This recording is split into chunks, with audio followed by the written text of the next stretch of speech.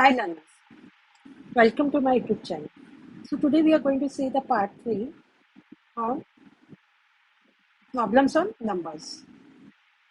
So this is the question given. The average of 4 consecutive even numbers is 27. Find the largest of this number.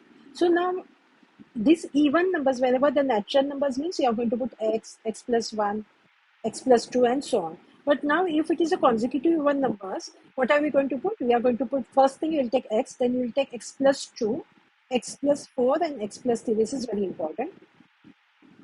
So now we are going to see first thing here, the average is given of 4 consecutive even numbers. So if we take the sum of these numbers, so when we take the sum of these numbers means what will you get here?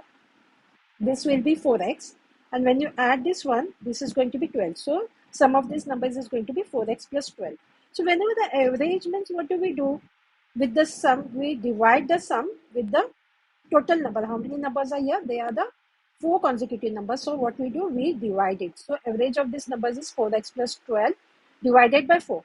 But here it's given here, so this is written separately, but this is given 4x plus 4 is equal to 27. It's given here, that is 27. So this step is very important.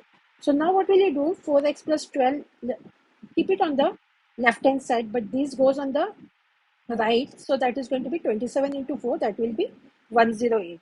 So now 4x as it is, 108 as it is, this plus 12 goes on the other side, that is going to be minus 12. So 4x is going to be 96, x is 94 by 96 by 4 because this is multiplication. So x is 24. So now we got x is 24. So now we are going to see what did they ask here. Find the largest of these numbers. So which is the largest here? That is x plus 6. So we got x is 24. So largest number is x plus 6. So in place of x, we'll put 24. So 24 plus 6, that is 30. So the answer is 30.